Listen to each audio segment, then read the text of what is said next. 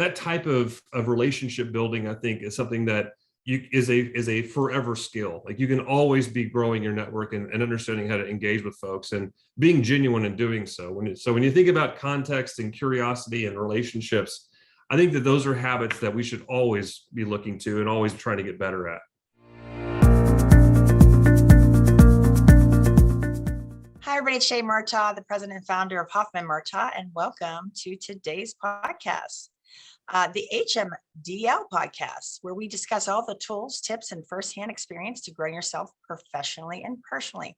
I'm very excited today to have today's guest, who is Jason Loehr, and he is from Tracer, and he's the senior vice president and strategist there. Hey, Jason, how you doing today? Good, Shea. How you doing? Good, good.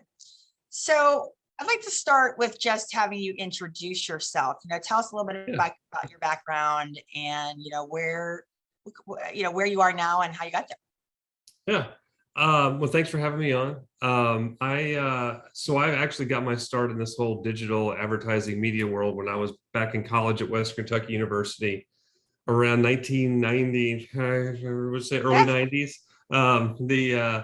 I got interested because our school newspaper was the first to go online in the state. So before even like the Courier Journal and some of the big newspapers across the cities in the state, we were the first to go online. And it really got me interested in this space. And then I got an internship at Camping World and was building websites on the side and super involved in this. And I walked into the production room one day and they said, "Hey, we're building this website." I'm like, "Oh, I've built some of those." And that became immediately a point of interest for me. And I worked for Camping World for several years. We launched the Camping World online catalog, and that was November of 1995. So that kind of You're dating yourself. You're dating yourself. I am really dating myself, and my hair is, thank God, the way that it is, so you can't see all the gray in it.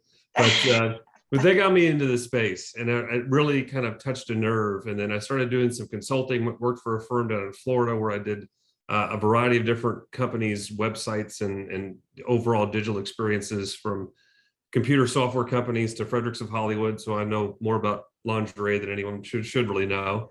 And then I ended up working for Humana, which was a big step because at the time, doing digital transformation there was also coupled whenever the Medicare prescription drug plans were coming into play under Obamacare. So it was a wild, wild west where we hired something like 4,000 or 5,000 people over a matter of weeks to do this in a offline format. And so then I worked with the team to build the online format, and we ended up bringing online around 300,000 Medicare eligible seniors via the website. So that got me even more engaged into the space, and did some consulting in the user experience world and human factors and design. And that led me to Brown-Forman, where for about 7 years I was there, both directly and indirectly when I was a contractor, leading a group called Global Marketing Services, which was awesome because we had my remit looked after media, digital, e-commerce, consumer research, insights, innovation, compliance, all these key functions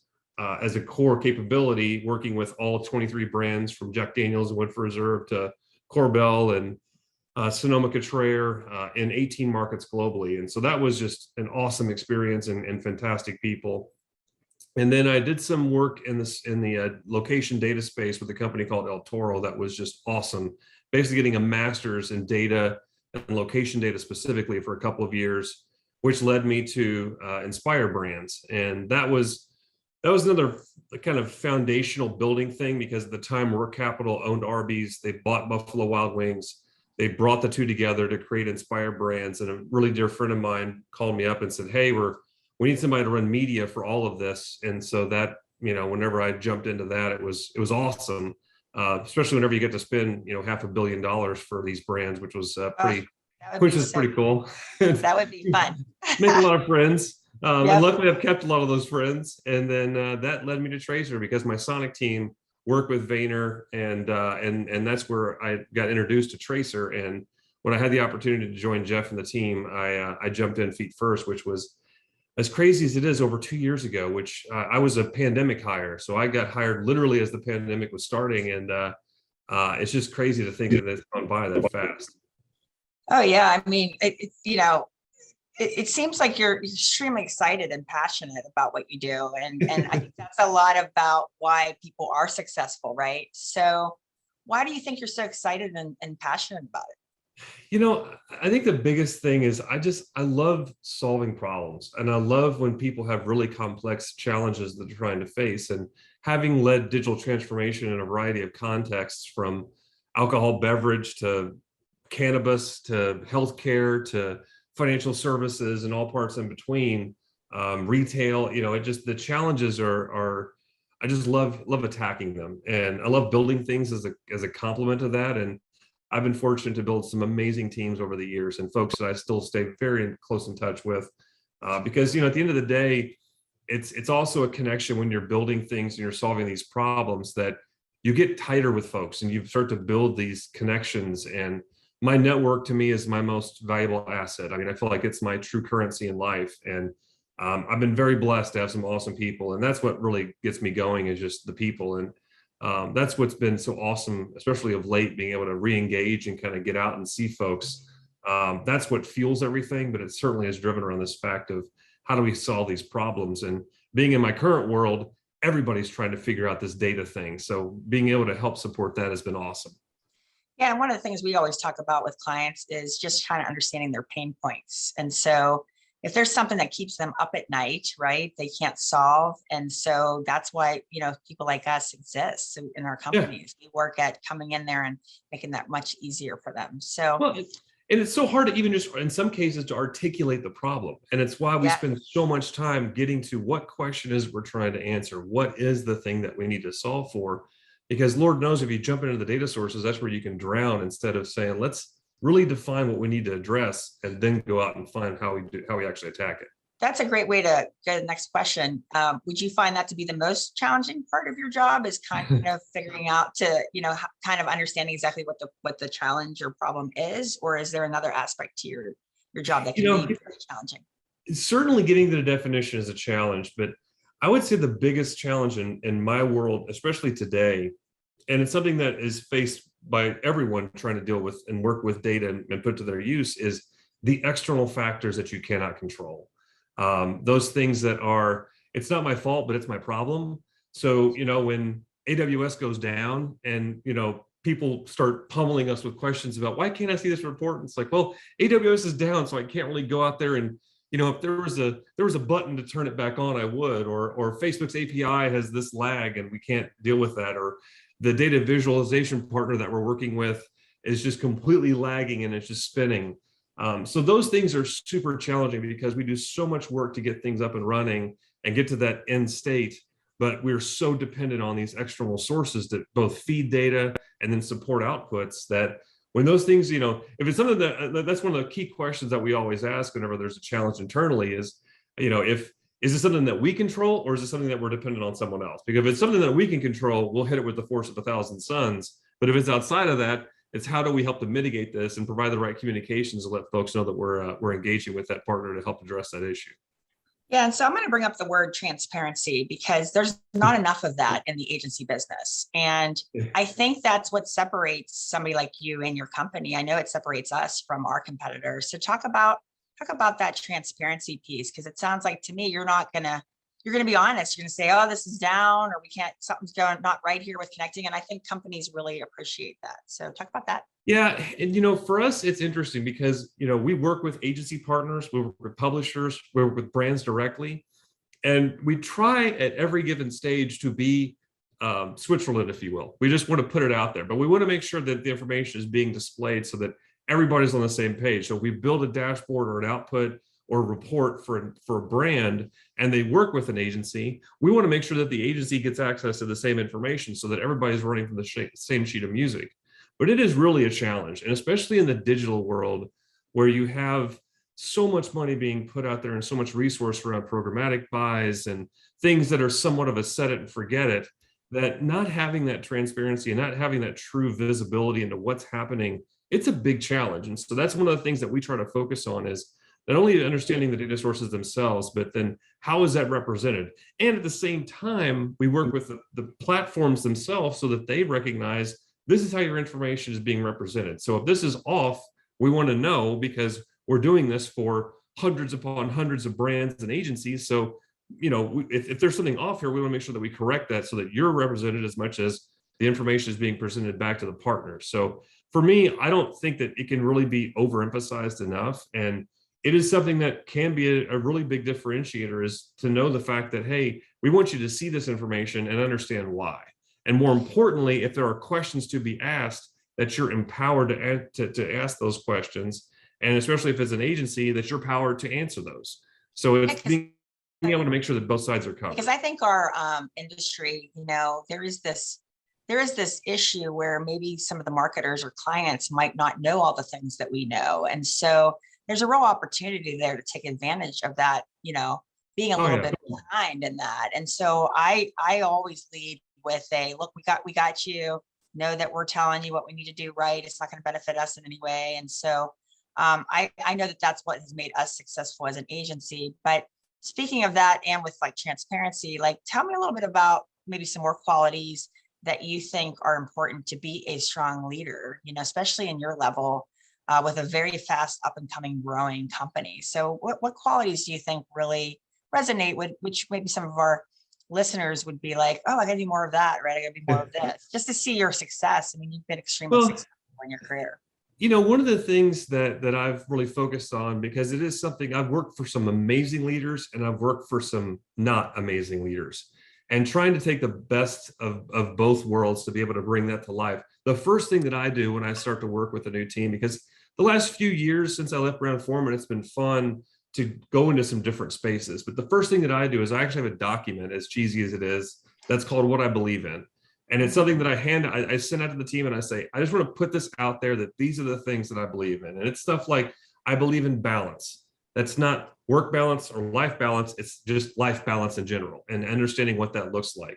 I believe in starting with the why, to make sure that we are focused on why we're doing something instead of worrying about going to a solution without understanding the why that sits behind that. I believe in that the how is more important than the what. And I believe that leaders make decisions, because that's something that's incumbent upon me, where my team is looking to me to answer questions and to make decisions. And I think that those are, being able to have that true understanding of self is incredibly important, and how you represent yourself is incredibly important to me and the team. And I feel like we should hold ourselves to a higher standard. And it's funny because one of the items on there is to be the partner of choice. And I've always looked at that through the lens of the client side, because when I was working with the teams, especially like at Inspire Brands, where there are dozens of partners that we work with, I wanted to make sure that we were recognized as a partner that people wanted to work with. And so, like if there were challenges, I would constantly, when I was talking to the folks at Twitter or Facebook or NBC or whomever, I'd always ask them, how is our team? How are they to work with? And that's both my team directly and my agency partner indirectly, to make sure that they had a good sense of who we are.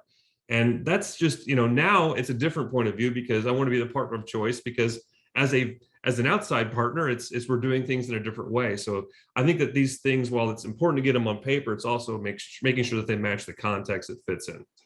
I love that, like asking your questions, or questions to your clients about, how's our team doing and all that stuff. And we do that too. We actually, for the first time, it took us a while to get that out, but we finally are now surveying our clients. What could we be? We did that at the end of the last year to really be like, what do you want to see us bring to the agency next year too? Like, what do you want to see more of? And so I think that was really helpful to kind of put our goals together, that our goals are really tied back to our client success. So, that's great. So what did you say that document was again? It's just literally a document that says what I believe in. What do you believe in? Okay, great. I like that. I'm gonna do that one. Right. So, okay. So with that, what other habits do you see, maybe that you do every day that really have created you a very successful career? Because at the age that we're both in now, is that I keep saying we're on hole 10, right, of the golf course. So we're not done. But we're on the back 9. We're not on the back 9. We're on the back 9. So talk to people that are maybe on the front 9, right? What kind of habits have you put into your life to really make yourself stand out and be more successful? And for me, and by the way, I'm a back nine golfer. So it's once I get to the back nine, like if I'm down, I'm pressing and we're going forward. So I'm more excited about the next few years than I Me have too. been Me in a too. long I feel like I know everything now. I'm just kidding. But when I think about those habits, the one of the greatest compliments that I've got from a leader in a previous life was they said, Jason, you have an unbelievable thirst for context, and I think that is something that I would encourage anybody to look at, is just understand the angles and the perspectives of folks, so that you are able to not only walk in their shoes, but also understand why that walking is taking place. I think that is a critical thing. And the other is just this idea of feeding curiosity. I love folks that are curious. Whenever I'm interviewing folks, that is something that I try to keen into. Whether it's just looking in other categories or other disciplines or other areas of business, just being able to be curious and just ask questions and observe and kind of get into some of the wormholes of new ideas and thoughts and how they operate. And the other side of this, the kind of the third one that's key for me, is this idea of relationships. I can't emphasize it enough. And the biggest influence of that in my life has been my father. My dad grew up building go-karts. And he worked for Alcoa for 45 years, but his side hustle was building go-karts. And it was amazing to me growing up how I could go out into the shop, and in the parking lot, there'd be a beat up old Ford truck. There'd be, this Camry that barely made it in, alongside a Bentley and like a Porsche, because it didn't matter. My dad worked with anybody and everybody, and he knew everyone, and everybody looked to him. And so that type of relationship building, I think, is something that is a forever skill. Like, you can always be growing your network and understanding how to engage with folks and being genuine in doing so. When you think about context and curiosity and relationships, I think that those are habits that we should always be looking to and always trying to get better at. Yeah, and I think people don't realize how important that networking piece is, because somebody might look at us and say, "Wow, you just woke up today and you're successful."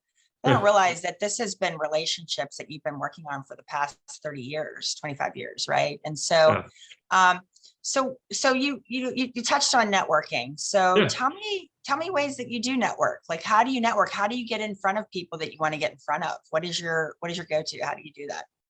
I think that the first thing is just putting yourself out there, which is hard to do. It's just, yeah, a lot of people are afraid. A lot of people are afraid. Wait, you're calling somebody that you don't know all the time.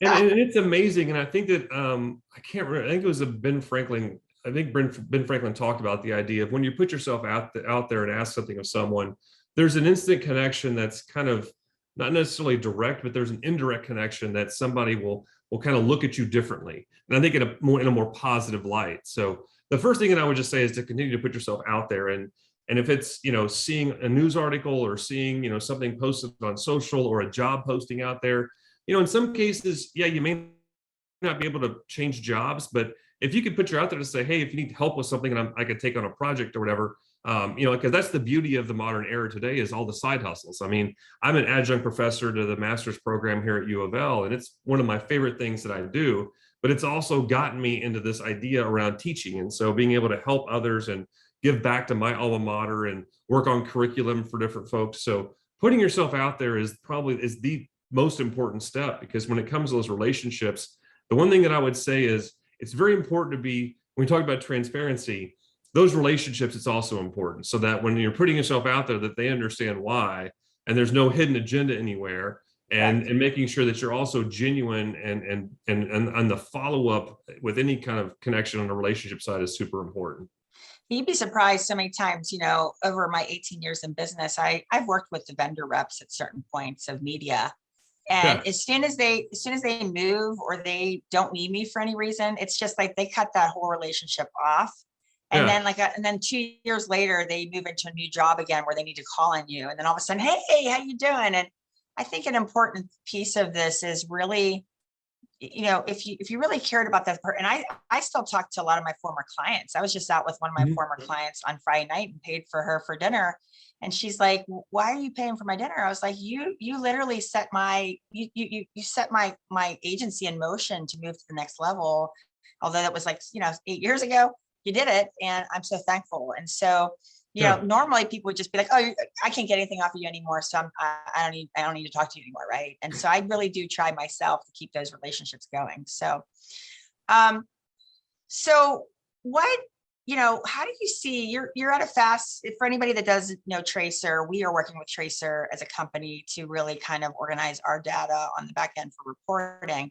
But where do you see your career evolving? I mean, you said you've been there 2 years, you got right in there during the COVID switch, which is an interesting time to start a new career and a new job. Where do you think you're going? Where do you see yourself going? I mean, you're a fast growing company. So, it's been really interesting because, obviously with my background, especially on the enterprise side, you get the calls every once in a while about some really fun, huge jobs, but Tracer, there's been a connection here that's been different than what I've worked on in previous lives. And I definitely am here to see where this takes us. I do think that the next few years with Tracer are going to be really interesting.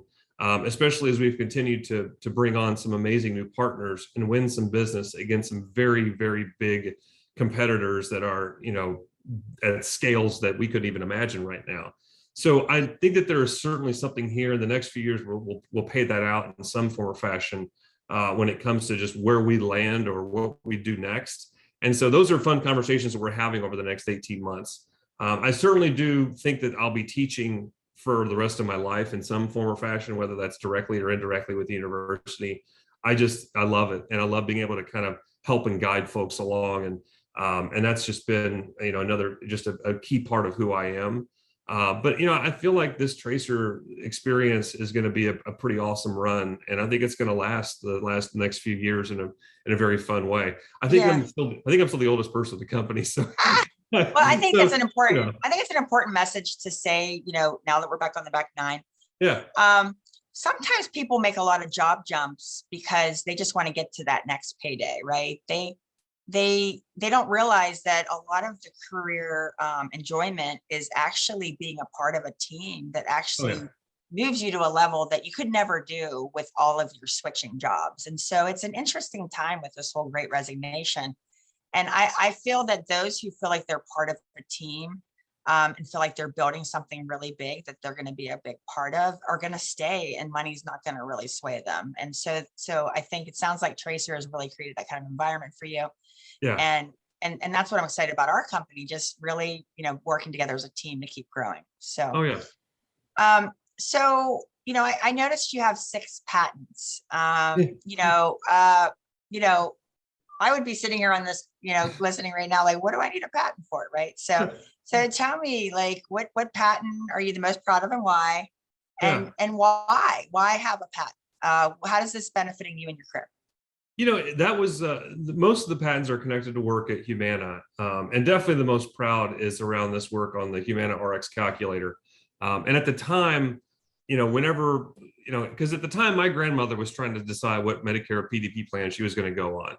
And so the average Medicare consumer has something like 7 or 8 prescriptions that they're taking on a regular basis. So we built this tool set to allow you to put in your prescriptions and then based on that, show you what the best plan is, because those prescriptions feed into a formulary that's connected to one of those plans, and it spits out and says, hey, here are the best options available to you. And that to me was a very critical factor in how we were able to not only bring on 300,000 plus medical eligible seniors whenever we launched it, but the functionality and the experience of it was so unique and just really very powerful. And so that work, at Humana, the team there, the leadership there realized that there is something here that nobody else has, because at the time you had our other 4 major competitors racing to get a resource out. So they said, let's patent this. And so we were awarded multiple patents on it. And then the follow-up ones, which are the additional 2. And it was interesting because whenever this first launched, the only people that were infringing on our patents were folks that were at, the Center for Medicare and Medicaid Services. So we kind of turned it over to them and said, listen, let's help you build this out, because we know that you have a much larger footprint. And it's all in good faith, and I feel like it was the experience there was awesome. And going back to teams, that team was just amazing in bringing that together and how quickly we had to do so. And so seeing those outputs be recognized as with the patent is cool. And it's kind of fun. Yeah, I'm on 6 patents. It's one of those did you know or not know about me before I met you type thing. So it's a fun little icebreaker. Oh, yeah. And so, right now everybody's graduating, right? They're graduating either high school, they're graduating college. And so what advice would you like to give to somebody who is just starting their first job right out of college or high school, even going into high school, going into college, or maybe skipping college altogether? What advice could you give somebody on their career path at the very beginning? I would, it's the biggest thing that I would say, kind of going back to put yourself out there, is to jump in feet first. It is something that leadership recognizes folks that are not just putting themselves out there just because they can, but because they want to, and they're genuinely interested and they are genuinely curious. And that is recognized all the way up to the top levels in an organization. One of the things, and this is super cheesy, but when I first joined Humana, there was an auction that went on for United Way. And so I won Golf at Valhalla with our CEO. So here I am, this new digital manager that was just hired in this 40,000 employee company. And I got to spend 4.5 hours with Mike McAllister, who is our CEO. And he was sitting there on the second tee box and he's going, so tell me about and I'm like, well, I just wanted to meet you and spend some time with you and kind of get some perspective from you. And he's like, this is really unique. And the other person in our group happened to be our CMO. And flash forward, and the Ryder Cup was happening in Louisville. So Mike's golf course was shut down for 6 months. So he came to my buddy's golf course. So we played about every other weekend, which was awesome. And so being in there, jumping in feet first and kind of putting yourself out there in that context. And also not only just what's happening in the corporate world and what you're doing there, and as you can kind of grow and expand your curiosity within an organization, I do think it's incredibly important to also have those things that are your passions, that may be your side hustles, but to never lose sight of those. Because when you're in doing some of the mundane stuff that's happening in the office, because it all happens, we all, especially as you're building up your career, you're going to get stuck with some grunt work that you're like, oh dear God. And so that's when you really understand and appreciate those side hustles and passions, to make sure that you are balancing that overall kind of your brain balance, if you will, from not only what's happening in the corporate world, but also the things that are driving you as an individual. Yeah, it's so important. And I think that's a great segue to talking about volunteering and really, giving back too. So tell me a little bit about how you volunteer or how you give back, because I find as I get older, the more I'm willing, want to do that, help the next person in line, right? That's a song from Tim McGraw, Humble and Kind. So how are you helping the next one in line? How are you mentoring? How are you volunteering? What are you doing to help the next person in line? There's a couple. So I spend a lot of time. I'm on the National Board of Directors for the Lemon Association at Western Kentucky University, my alma mater.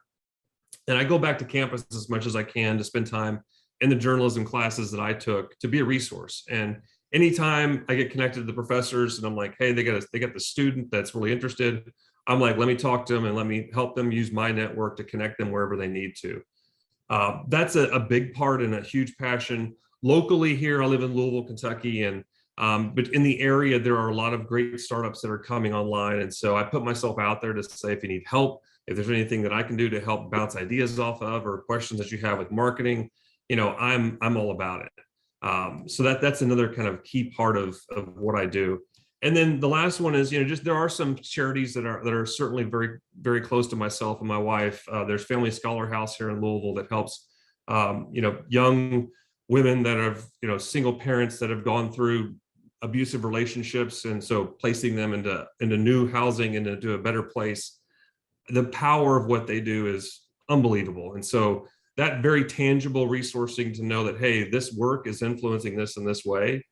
Because to me, donating to something is great, but I'm more willing to put myself out there to be able to say, hey, my time is 10 times more valuable than whatever I can donate to you. So I want to make sure that that's out there for everyone. Yeah. And I think it's important. You have skills that other people don't have. And so if you and that's kind of how I volunteer too. A lot of times it's like, look, I could, I did a campaign for a judge last year, and it was going to really impact the change for diversity in the city that I'm in. And just, doing it for pro bono, right? Just like saying, look, I want to give back. The only way you can make change is actually going in there and, rolling up your sleeves and actually doing the work. And so it sounds like you're doing a lot of great things. So yeah, it's fun. Yeah. How do you make, we always hear about work-life balance. We always hear about, having fun. I always try to say that I'm a work hard, play soft kind of lady.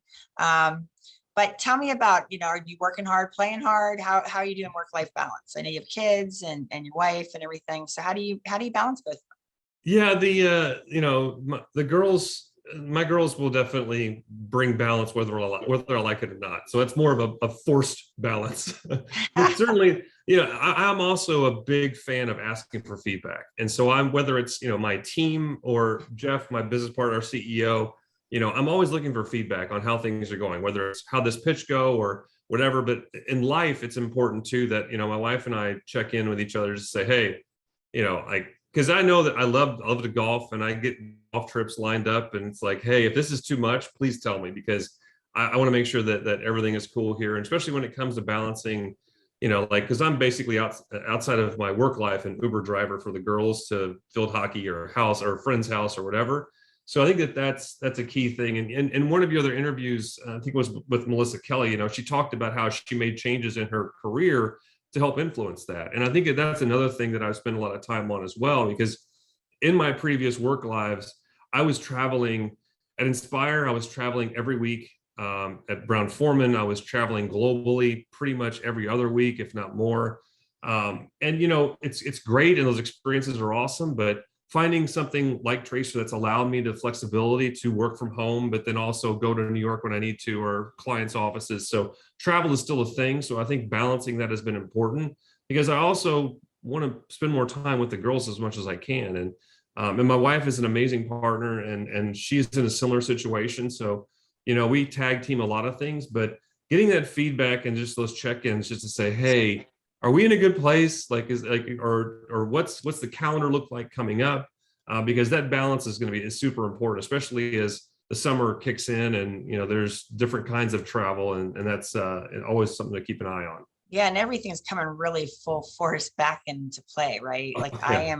am, I used to travel twice a year. Now this year, I think I'm going on my fifth trip, and a lot of them have been for business. And so I'm getting out there more for travel for business too, which I think creates a work-life balance for me, because sometimes I don't live a little, so I gotta get Yeah. out there and live a little bit more and get out there and travel. So Well, and um, it's funny, my wife actually does the same thing, because she knows when I haven't played golf in a while, like during the yeah, winter she's like, time. you need to And go, she's you need like, to you go. need to go outside. You need to go Yes, I don't care. yes, She's like, go with Brock, go play golf. Like, I'm like, yes. all right, great. Yes, I try to encourage my husband to do more of that. And he's more of an introvert. So I'm always like, go out, go away with the guys, do something. But hey, to each his own. So last question. What quote, if any, do you live by, or a strong quote that just makes you feel like you reference it a lot in your life? The one that is probably the one that I use the most is the idea of take what you do seriously, not yourself. I feel Yeah. like in society in general, everybody just takes themselves so seriously, Oh and yeah. are just like just take a step back, just have some perspective. It's just the notion of being able to listen. I love your background, I love what you're doing, and especially when I talk to new team members or folks that are coming in from outside. This happened a lot at Inspire Brands. It's like, listen, you've referenced the old company 6 times in the last 4 meetings. Like, I get it. Just use that as a catalyst for you, but don't necessarily lean on that so much, because you're in a new world. And so when you understand yourself, it is so incredibly important. And I feel like once you're in that place, you can do things in a much higher order of capacity and in a much more efficient way. And your hows get 10 times better than those whats. And taking yourself seriously, I think, is a challenge that a lot of folks struggle with. And whether it's your job title or whatever, and because I spent a lot of my life worrying about what the next title was. And it took me getting married and having the 2 girls into my life, where I'm like, what was I thinking? Like I don't care what your title is. And I think that Yeah. that's also something that's connected to my background and my love of golf, is that I play with chairmen, CEOs, and all that, and I'm like, that's great. I love, congratulations on your career. And it's like, but I'm still going to beat you on this hole. And, it's like, it is what it is. And afterwards, we're going to have a great cocktail, and I'm going to stay in touch with you going forward. And, it is what it is. And that, I think that's where those relationships are fed from, is that you want to be the person people want to hang out with. And the fact that, you want to be generous with your time and generous with your experiences. And I feel like the more that you know yourself, the better you are in a position to be very genuine in what you're doing and how you're talking to others. Yeah. And people, they kind of miss that. There was some time in my life when I had some people that I was putting around me in my company that really didn't like my authentic self. And, the worst you can be is not be your authentic self, because you'll find your tribe, you'll find the people. And even being more aware, like even at this age, on the back nine, I feel like I'm even getting more aware of how I communicate, how I talk to my team members, how I make them feel safer, and kind of understand more about where I come from and why I do the things I do and how I talk the way I talk. And so I think it's really important to understand and to get that feedback. And I've been really, like you said, working really hard on getting feedback from my team members on how I can be a better leader. So I love that. So, Yeah. All right. Any last things you want to throw out there before we wrap this one up? I think that we've covered a lot of fun stuff. Yeah. And I think anybody that watches this one will be inspired for sure. That's what it's all about, and I just, and especially for the one thing that I would also say, just as an example, I recently, a friend of mine said, hey, my son's, he's graduated and he's trying to figure out what he's going to do next. And he's applying for these internships. Could you have a conversation with him? I'm like, absolutely.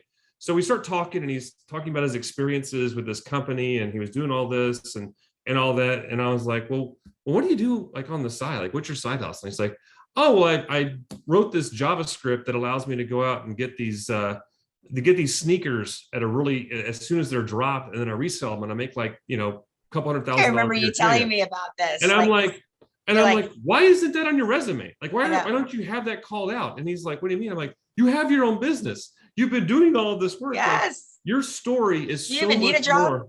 Yeah, believe me, I'm waiting for him to call me back. I'm like, oh, I will put you on board in a heartbeat, because it's so important that the resume is just a terrible, like, true reflection of who you are. And your story is much more beyond what happened in the four walls of some corporate entity.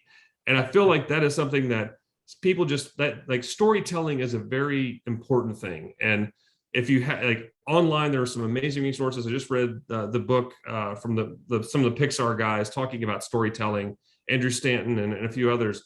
Those are so important. Being able to tell your story of who you are is so important as you're moving throughout your career. But storytelling also comes into play, whether it's sales or whether it's, whatever you're pitching next or how you're positioning a product.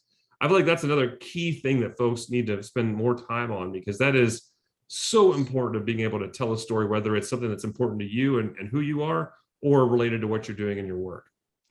Yeah, I so agree with you. I mean, one of my team members she had her own company at one point, and, it didn't work out. She was very, very young at the time, but just knowing that tenacity of going out there and at least trying and possibly failing is one of the main reasons why I hired her. And she's doing really well here. So, yeah. All right. Well, hey, thank you so much, Jason, for joining us today. I really hope that everybody enjoyed today's podcast. And thank you for tuning into the HMDL podcast. If you like what you've heard, be sure to follow us on our social channels at Hoffmann Murtaugh. And I'm Shea Murtaugh, and we'll see you on the next episode. Have a great week.